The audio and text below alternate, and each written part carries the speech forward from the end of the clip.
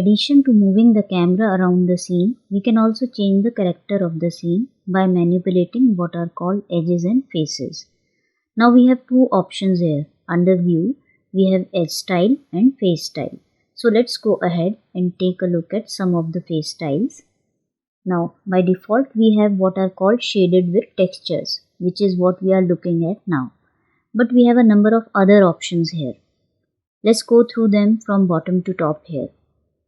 We have Wireframe Mode, which basically just shows us all the wires of the scene. We have what's called edges. We have what is called Hidden Lines Mode, which hides those edges that are behind us. We have a Shaded Mode, which gives us basically the raw color of the scene without photographic textures. And then we go back to Shaded with Textures, which is what we started with. Now in addition to this, we also have what's called a Monochrome View, which basically shows something that looks like this kind of a rough grayscale view of the scene. And we also have what's called X-ray. Now X-ray can be turned on or off. It's more of a toggle. It allows you to see through the geometry. So if I turn this on, you can see I can see through colors of the scene as well as all the wires through the X-ray mode. Let's go ahead and turn off X-ray here and go through some of the edge styles. In fact, before I do that, I am going to go back into a hidden line mode.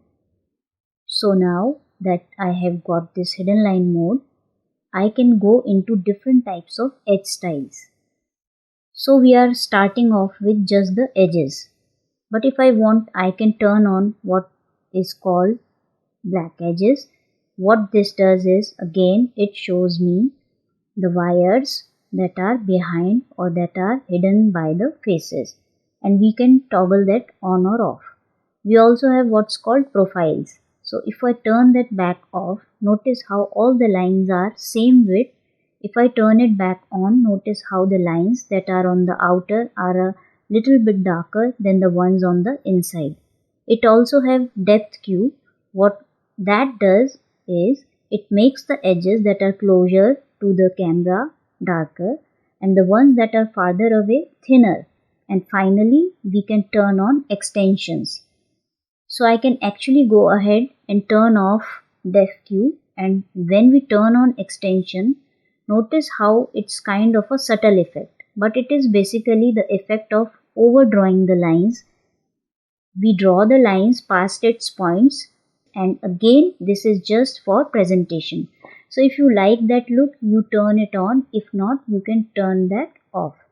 So all of these tools allow us to change the character of the scene and the way that it looks. So you can use these for your presentations to present the information exactly the way that you want.